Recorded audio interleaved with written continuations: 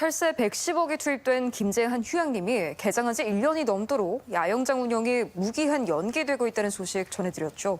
이 경사가 너무 가파른 탓에 안전과 사생활 보호 등 문제가 만만치 않다는 게 김재 씨의 설명입니다. 그런데 이 휴양림, 이미 고압 송전선로가 지나는 곳이란 사실이 전해지면서 논란이 거셌던 곳이어서 왜 이런 자리에 휴양림을 강행한 건지 의문이 커지고 있습니다. 박혜진 기자가 취재했습니다. 공사 당시 송전탑 아래에 휴양림을 짓는다는 사실이 알려지면서 논란이 일었던 김제 서남 자연휴양림. 우여곡절 끝에 문을 열기는 했지만 지난 1년 동안 또 다른 문제로 야영장 운영을 못하고 있습니다. 짓고 보니 예상보다 가파른 경사 탓에 위아래 데크 간 거리감도 없고 아래가 훤히 내다보여 사생활 침해가 우려되기 때문입니다. 그런데 공사 당시 이미 감리자가 기존 설계대로 시공될 경우 급경사가 예상된다며 김재 씨의 대책 마련을 요구한 것으로 확인됐습니다. 앞서 급경사로 인한 문제를 예견한 셈인데 김재 씨는 공사를 강행했습니다. 실제 전체 부지 가운데 중급경사지가 92% 넘게 차지하고 있습니다. 김재 씨는 부지 가운데 그나마 완만한 곳을 선택했다는 궁색한 변명입니다.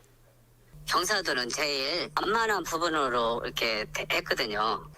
보시다시피 가파른 경사에 층층이 데크를 설치하다 보니 데크 간 간격이 좁아지는 건 물론이고 화장실 등 다른 편의시설을 이용하려면 수없이 많은 계단을 오르락 내리락 해야 합니다.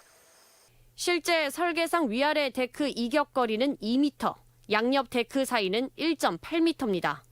결코 짧지 않은 거리지만 가파른 경사도 앞에선 속수무책입니다. 공사를 진행한 김재 씨 직원들마저 애초 야영장 부지가 적합하지 않다고 수차례 지적했을 정도입니다.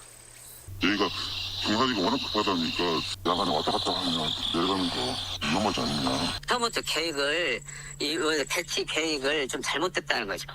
부지 적합성에 대한 논란은 준공 전에도 앞서 한 차례 제기된 바 있습니다.